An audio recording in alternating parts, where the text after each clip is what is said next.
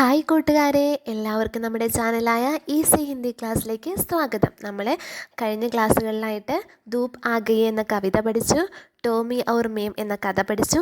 ഇനി നമുക്ക് ഇന്നത്തെ ക്ലാസ്സിൽ പില്ല എന്ന കവിത പഠിക്കാം. എന്താണ് കവിതയുടെ പേര്? പില്ല.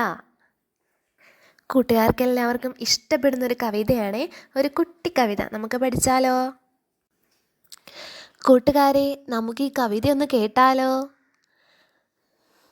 नीदू काता पिल्ला एक, बदन पे उसके रुवे अनेक. नीदू काता पिल्ला एक, बदन पे उसके रुवे अनेक. छोटी टांगे लंबी पूंछ, बुरी दाढ़ी काली मूंछ. मक्की से वह लड़ता था, गड़े गड़े गिर पड़ता था. പില്ല എന്താണ് കൂട്ടുകാരെ? പില്ല പട്ടിക്കുഞ്ഞ്. പട്ടിക്കുഞ്ഞിന് ഹിന്ദിയിൽ പില്ല എന്നാണ് പറയുന്നത്. നമുക്ക് കവിതയുടെ ഓരോ വരിയും പഠിച്ചാലോ? നീതു കാത്ത പില്ല ഏക്. നീതുവിന് ഒരു പില്ലയുണ്ടായിരുന്നു, ഒരു പട്ടിക്കുഞ്ഞുണ്ട്.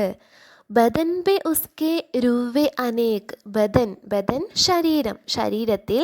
ഉസ്കെ അതിൻ്റെ, രുവെ അനേക്, രുവെ രോമങ്ങൾ, അതിൻ്റെ ശരീരത്തിൽ എന്താണ്? ഒരുപാട് രോമങ്ങൾ ഉണ്ട്. ചോട്ടി ടാങ്കേം ലെംബി പൂച്ച്. ചോട്ടി ടാങ്കേം, ചോട്ടി ചെറിയ, ടാങ്കേം കാലുകൾ, ലെംബി നീളമുള്ള, പൂച്ച് എന്താണ്?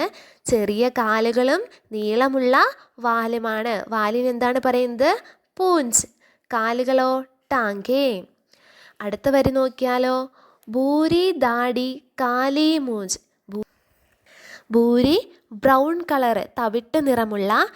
ദാടി, ദാടി താടി രോമം. എന്താണ്? തവിട്ട് നിറമുള്ള താടിയുണ്ട്. പിന്നെന്തുണ്ട്? കാലി മൂഞ്ച്. കാലി മൂഞ്ച്, കാലി കറുത്ത, കറുത്ത മൂഞ്ച്. മൂഞ്ച് എന്താണ്? മീശ. അടുത്ത വരി നോക്കിയാലോ? മക്കി സേവഹിൽ എടുത്താത്ത. മക്കി, മക്കി എന്താണ്? ഈച്ച. മക്കി ഈച്ച, ഈച്ചയോട്. വഹ് അത്, ആര്? പില്ല.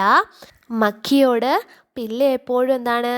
വഴക്കുണ്ടാക്കും, പൊരുതുമായിരുന്നു, ഫൈറ്റ് ചെയ്യുമായിരുന്നു. ലെടുത്താത്ത എന്നതിൻ്റെ അർത്ഥം എന്താണ്?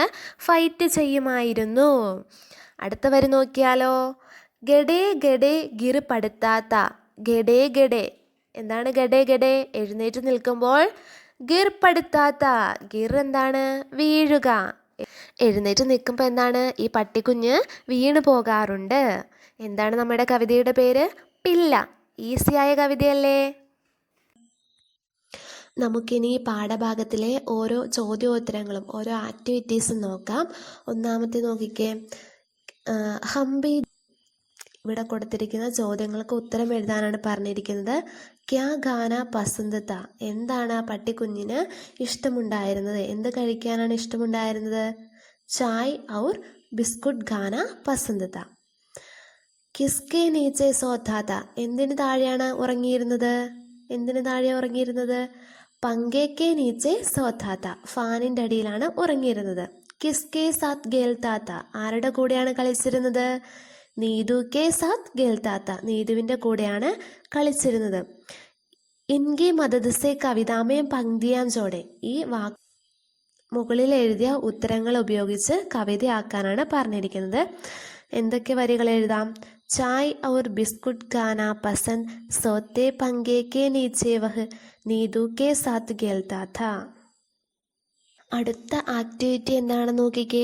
പരിചിത ശബ്ദവും പർ ഗോളാലേഖ. പരിചയമുള്ള ശബ്ദത്തിന് ചുറ്റും നിങ്ങൾ ഗോളം വരയ്ക്കുക, റൗണ്ട് ചെയ്യുക. എന്നിട്ട് ആ ശബ്ദങ്ങൾ എന്ത് ചെയ്യണം? താഴെ കൊടുത്തിരിക്കുന്ന സ്ഥലത്ത് എടുത്തെഴുതാനാണ് പറഞ്ഞിരിക്കുന്നത്.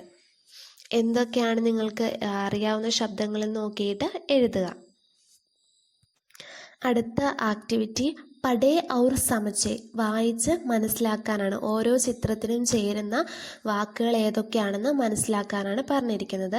ഇവിടെ 3 വാക്കുകൾ കൊടുത്തിട്ടുണ്ട്. 3 വാക്കുകൾ നോക്കിക്കേ. സോത്താഹേ ഉറങ്ങുന്നു, ഗാത്താഹേ കഴിക്കുന്നു, ഗേൽത്താഹേ എന്ത് ചെയ്യുന്നു? കളിക്കുന്നു.